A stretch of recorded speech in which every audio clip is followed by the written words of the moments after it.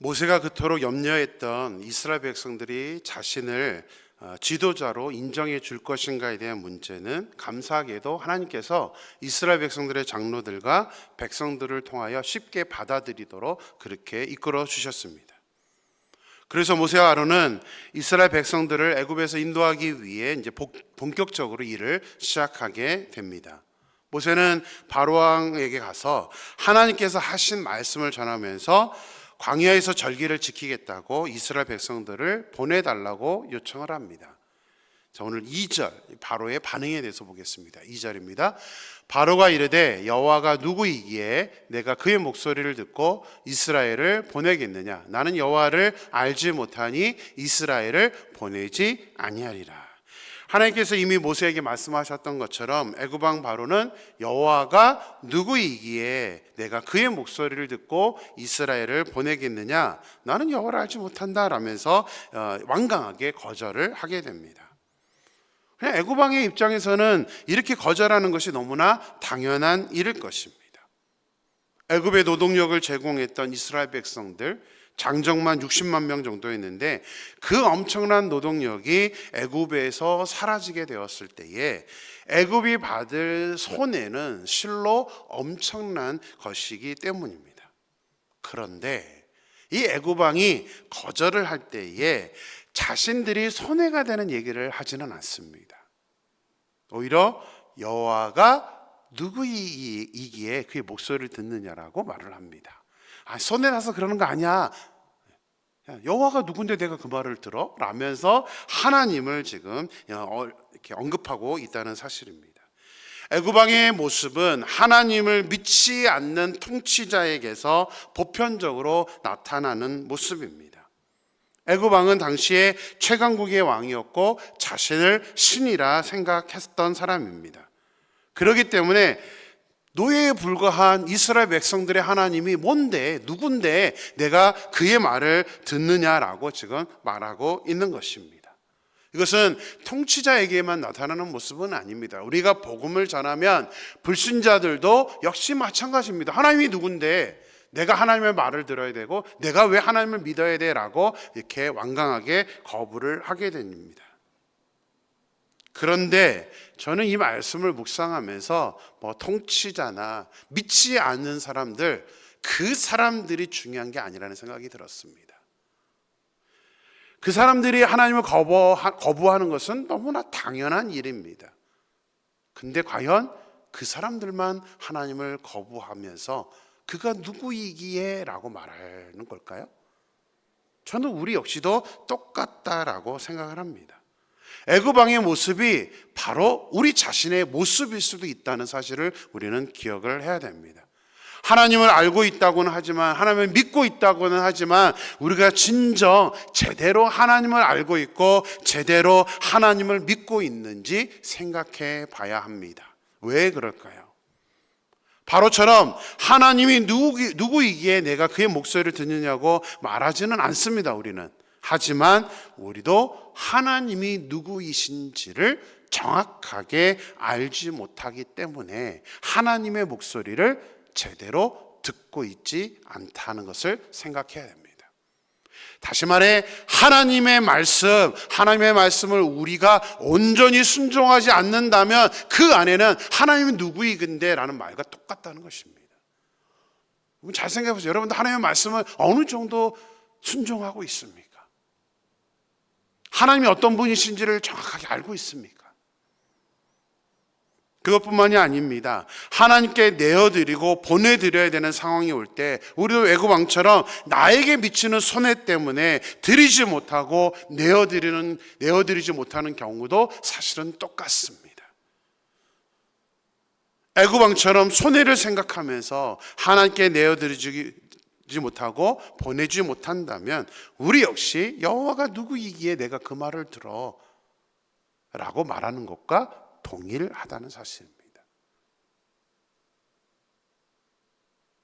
하나님을 바로 알고 바로 우리가 하나님을 믿는다면 하나님의 말씀을 우리가 가감하거나 우리가 마음대로 판단할 것이 아니라 하나님이 주어지시는 말씀을 우리가 그대로 순종하는 것이 바로 하나님을 알고 있는 사람의 태도임을 절대로 잊어서는 안 됩니다. 그래서 항상 내가 하나님의 말씀을 얼마만큼 관심을 갖고 지금 말씀을 보고 있는지, 얼마만큼 그 하나님의 말씀대로 우리가 순종하고 살아가고 있는지 우리는 그것을 반드시 기억해야 된다는 사실입니다. 그래서 절대 바로나 믿지 않는 사람들처럼 여호와가 누구이기에 라는 그런 마음으로 살아가지 않도록 우리가 온전히 말씀대로 순종할 수 있는 저 여러분이 되기를 주님의 이름으로 축원합니다. 자, 광야에 가서 절기를 지키고 오겠다는 모세와 아론의 요청을 들은 애굽 왕은 이스라엘 백성들이 노역을 쉬려고 하는다라고 그렇게 오해를 하게 됩니다. 그것도 오늘 본문에만 몇 번을 말할 정도로 단단히 오해를 하고 있습니다. 4절에서 모세와 아론에게 어찌하여 백성의 노역을 쉬게 하려느냐라고 말하고 있고, 5절에서도 너희가 그들로 노역을 쉬게 한다라고 말하면서 백성의 감독들과 기록원들에게 명령하여서 오히려 더 강도 높게 노역을 시키라고 명령을 하게 됩니다. 사실 이미 오랜 기간 이스라엘 백성들은 전임 왕이 심한 노역을 시켜서 고생을 하고 있던 그런 상황이었습니다. 그런데 모세와 아론의 요구를 들은 그 바로 왕은 다시는 이제 벽돌에 쓸 집을 전과 같이 주지 말고 스스로 집을 줍고 그렇게 그것 가지고 벽돌을 만들라라고 명령을 합니다. 또 벽돌도 하루에 만들어야 되는 그 목표량을 스스로 벽돌을 주어서 벽돌을 만든다고 해서 줄이지 말고 이전과 동일한 양을 만들도록 이렇게 명령을 합니다. 굉장한 고생이죠. 힘든 일입니다. 이스라엘 민족이 당하는 이런 문제는 사실 현대 우리의 기독교인들에게도 나타나는 그런 모습입니다. 우리도 이 세상을 살아가다 보면 자주 겪게 되는 모습입니다. 갈수록 기독교에 대한 반감이 심해져서 최근에는 많은 사람들이 회사에서나 자신이 속한 모임 안에서 내가 기독교인임을 밝히는 것을 드러내고 싶어 하지 않습니다. 물론 우리 캐나다는 좀 덜하지만 우리 한국에 있는 경우에는 굉장히 이제 기독교인이다라는 것을 밝히고 싶어 하지 않습니다. 왜냐하면 기독교인이라고 밝히면 오히려 불이익을 당하기 때문에 드러낼 수가 없는 것입니다. 우리 코로나 때 한번 생각해 보세요. 우리는 이단으로 알고 있는 신천지, 근데 일반인들은, 믿지 않는 사람들은 그 신천지도 교회라고 생각합니다. 그 신천지가 어떻게 행동을 했습니까? 또 우리 기독교가 그때 당시 대처했던 모습이 방송에 너무 부정적으로 많이 전파를 탔었습니다. 그러다가 최근에는 정치적인 야망 때문에 교회를 이용해서 이 정치적 야망을 이루려고 하는 그런 사람들 때문에 지금 한국 사회의 기독교인들의 반감의식은 아주 극에 달한 상황입니다. 특히 젊은 청년들이 교회 다니는 것을 부끄러워하고 있습니다. 세상에서는 교회 다니는 사람들이 왜 저래? 교회 다니는 사람들이 더 나빠. 이런 평가를 현재 듣고 있는 그런 상황입니다. 우리가 힘들다고 기독교인으로 살기 어렵다라고만 우리가 그렇게만 생각해서는 안 됩니다.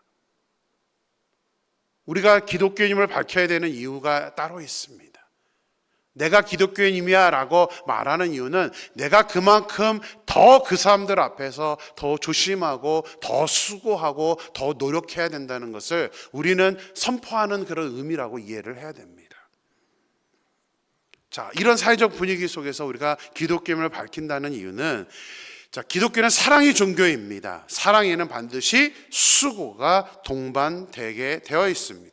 그래서 내가 기독교인이야 라고 밝히는 것은 우리가 복음을 위해서, 하나님의 영광을 위해서 그 세상 사람들에게 그 사람들을 섬기면서 내가 좀 더 사랑의 수고를 해야겠다는 결단으로 우리가 그렇게 밝혀야 되는 것입니다. 사랑의 대가를 지불해야 합니다. 사랑의 대가를 지불하지 않으려는 크리스천은 죄송합니다. 이것은 생각을 해봐야 됩니다. 다른 사람들보다 좀 더 많은 수고, 다른 사람들보다 좀 더 많은 노력을 우리는 해야 됩니다. 똑같이 일하면서, 아니 덜 일하려고 하면서 덜 수고를 하려고 하면서 내가 기독교인이야 라고 말하는 것은 이게 논리적으로나 맞지 않는 그런 부분입니다. 오히려 기독교를 욕먹게 하는 일이라는 것을 우리는 깨달아야 됩니다. 제가 중국에서 사역을 할 때에 이제 기독교 초중고 학교를 설립해서 사역을 했었습니다. 물론 이제 비밀 학교입니다. 정부에서는 인정하지 않는 학교이기 때문에 조심해서 사역을 해야 되는데, 기독교 학교다 보니까 아무래도 교사를 채용할 때는 기독교 교사들을 채용을 할 수밖에 없습니다. 근데 기독교인들 가운데 교사가 많지 않기 때문에 어쩔 수 없이 교사 자격증이 없는 사람, 또 실력이 검증되지 않는 그런 교사들이 거의 대다수였습니다. 그래도 저는 최대한 그 교사들을 믿음으로 양육해서 좋은 그런 교사가 될 수 있도록 그렇게 만들려고 노력을 했었습니다. 하지만 사역을 하다 보니까 벽에 부딪히는 겁니다. 능력이 안 되는 사람을 교사로 세워줬으면 정말 감사하면서 좀 더 수고하고 노력을 해주기를 저는 소망을 했는데, 이들은 항상 저에게 은혜만 바랐습니다. 어떤 은혜냐면, 교회에 뭐 특별 예배가 있다, 무슨 행사가 있다, 그러니까 빠지게 해달라, 일찍 가게 해달라, 일찍 퇴근하게 해달라, 막 이렇게 요청을 하는 거예요. 근데 목회자인 제가 다른 일도 아니고 교회에서 일한다는데 가지 마 이럴 수는 없잖아요. 그래서 처음에는 어떤 일을 하든 다 허락을 해 주었습니다. 근데 문제는 뭐냐면, 학교에 일이 조금 있어서 좀 더 추가로 일을 하거나 이렇게 됐었을 때에 그것을 제가 요구하면 매몰차게도 딱 칼퇴입니다. 아니, 더 안 한다고 합니다. 그러니까 자기들이 일찍 은혜를 받아서 나가는 것은 괜찮은데 추가로 더 일하는 것은 원하지 않았습니다.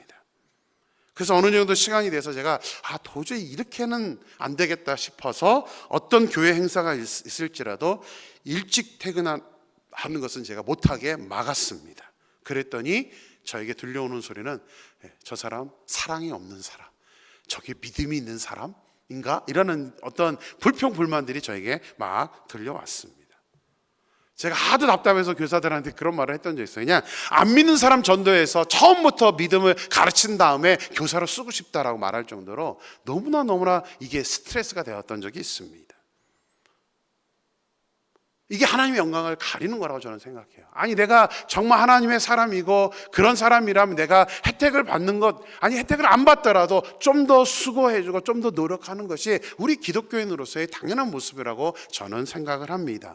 그렇게 했었을 때에 안 믿는 사람들도 인정을 하는 거죠. 하나님의 사람이 다르구나. 8절 말씀을 보겠습니다. 또 그들이 전에 만든 벽돌 수요대로 그들에게 만들게 하고 감하지 말라. 그들이 게으름으로 소리질러 이르기를 우리가 가서 우리 하나님께 제사를 드리자 하나니, 그들이 게으름으로 소리질러 이르기를 우리가 가서 하나님께 제사를 드리자 하나니, 이스라엘 백성들이 절기를 지키러 간다는 것에 비해서 애굽 왕이 보인 반응에 우리는 특별히 주의를 해야 됩니다. 일을 빼면서도 우리가 교회 가는 거 신앙적인 입장에서 보면 너무나 좋은 일이죠. 그런데 믿지 않는 사람들은 뭐라고 본다고요? 게을러서. 우리가 하나님을 예배하는 것을 다른 믿지 않는 사람들은 쉬고 싶어하는 게으른 행동이라고 본다는 것을 우리가 인식을 해야 됩니다. 그래서 사실은 우리가 빠지는 만큼은 더 채우려고 노력해야 되고 더 많이 평상시에 수고하려고 노력을 해야 된다는 사실입니다. 물론 어느 누구도 더 많이 수고하고 싶어 하지는 않을 것입니다. 하지만 우리가 하나님을 온전히 믿는 사람이라면 나의 편안함만을 우리가 생각할 것이 아니라 기꺼이 사랑의 수고, 사랑의 대가를 지불해야 하는 것입니다. 여러분이 신앙을 떠나서 어떤 회사의 사장이라고 생각을 해보십시오. 어떤 사람을 여러분은 더 인정하시겠습니까? 따질 거 다 따지면서 게으르다는 평가를 받는 사람일까요? 아니면 다른 사람들보다 더 수고하는, 열심히 하는 그런 사람일까요? 이것은 너무나 당연한 질문이라고 할 수도 없는 그런 질문일 것입니다. 세상적인 기준에서도 수고하는 사람을 더 인정하기 마련입니다. 우리는 하나님의 자녀입니다. 아멘이십니까? 그 하나님의 자녀라면 우리가 하나님의 자녀로서 당연히 좀 더 수고해도 it's okay.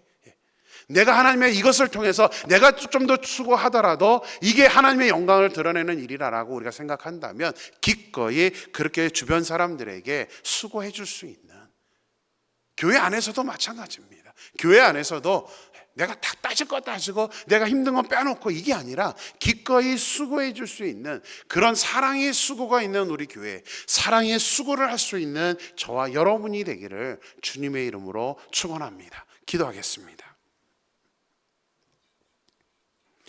하나님 감사합니다. 오늘도 귀한 은혜를 저에게 허락하여 주셔서 정말 하나님, 우리가 어떠한 사람으로 살아야 될 것인지 오늘도 말씀으로 저에게 도전해 주심에 감사를 드립니다. 아버지 하나님, 우리가 이 세상을 살아가면서 정말 하나님을 온전히 믿고 있는 사람인지를 우리가 항상 생각해 볼 수 있는, 그렇게 우리를 평가할 수 있는 우리 모습이 되기를 소망합니다. 아버지 하나님, 바로 왕은 이스라엘 백성들을 하나님께 제사 드리도록 이렇게 보내달라고 그렇게 요구를 했었을 때에 바로 왕은 하나님이 누구이기에 내가 그 말을 따르느냐라고 말합니다. 안 믿는 사람들은 그렇게 말하는 것이 당연할 것입니다. 그러나 오늘 본문을 보면서 우리 역시 그런 모습은 아닌지를 생각해 보게 됩니다. 우리는 하나님을 알고 하나님을 믿고 있다고 생각하지만 과연 우리는 얼마나 하나님의 말씀대로 행하고 있는지, 내어놓아야 될 때 내어놓고 하나님께 드릴 때 드릴 수 있는 그런 모습을 우리가 가지고 있는지 우리 자신을 돌아볼 수 있도록 인도하여 주시옵소서. 아버지 하나님, 특별히 우리가 하나님의 자녀라면 우리가 이 세상에 살아가면서 좀 더 다른 사람들보다 수고하고 헌신해야 된다는 것을 오늘 본문 말씀을 통해서 깨닫습니다. 애굽 왕은 제사를 드리러 간다니까 너희가 게으름으로 이런 말을 한다, 게을러서 예배드린다라고 말하고 있습니다. 이것은 세상 사람들이 갖는 그런 개념입니다. 하나님, 우리가 이러한 어떤 혜택을 받기 원한다면, 우리가 그런 어떤 하나님을 섬기기 위해서 우리가 익스큐스를 해야 되는 그런 상황이 온다라면 우리가 평상시에 좀 더 다른 사람들보다 수고하고 다른 사람들을 위해서 내가 좀 배려해 줄 수 있는 그런 마음을 가진 사람이 될 수 있도록 인도하여 주시옵소서. 아버지는 내 욕심 부리고 내 것 챙기면서 하나님의 영광을 드러낸다는 것은 사실 너무나 어려운 일입니다. 하나님, 우리가 하나님의 자녀이기 때문에 기꺼이 사랑의 수고를 할 수 있는 그런 믿음의 모습을 저에게 허락하셔서 세상에서만이 아니라 우리가 교회 생활하면서도 마찬가지입니다. 내 힘든 것만 따질 것이 아니라 내가 좀 더 서로가 한 발자씩 더 움직임으로 말미암아 다른 사람들을 쉬게 해줄 수 있고 또 함께 그렇게 한 마음으로 수고할 수 있는 우리 모두가 될 수 있도록 역사하여 주시옵소서. 하나님께서 저희들에게 온전히 함께하여 주시고 사랑에 수고할 수 있는 마음을 허락해 주실 줄 믿고 거룩하신 예수님의 이름으로 기도드렸습니다. 아멘.